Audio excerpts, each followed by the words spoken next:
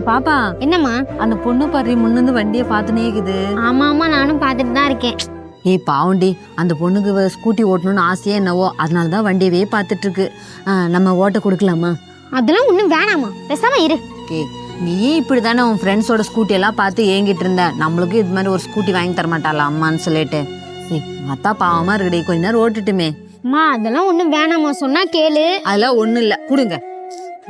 பாப்பா இங்க வாடா. அம்மா வேணாமா. சொன்னா கேளு, கம்முன்னு இரு. ஸ்கூட்டி ஓட்டணும்னு ஆசையா இருக்கா? ஆமா ஆண்டி, எனக்கு ஆக்டிவா ஸ்கூட்டி ஓட்டணும்னு ரொம்ப நாளா ஆசை. அதான் நிச்சு பார்த்துட்டு இருந்தேன். சரிம்மா, இந்த சாவி ஓட்டி பாரு. என்ன ஸ்கூட்டி ஓட்டலாமா ஆண்டி?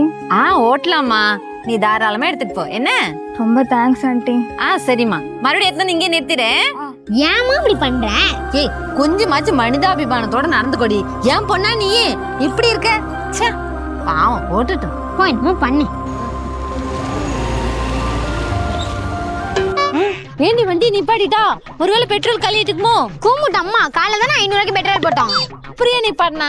ஏமா வண்டியை நிப்பாட்டிட்ட? ஆண்டி, எனக்கு வண்டி கொடுத்த மாதிரி வேற யாருக்கும் கொடுத்துறாதீங்க. ஏமா? ஏன்னா இப்படி சாவி போட்டு ஸ்டார்ட் பண்ணி போயிட்டே இருப்பாங்க. ஐயோ, வண்டி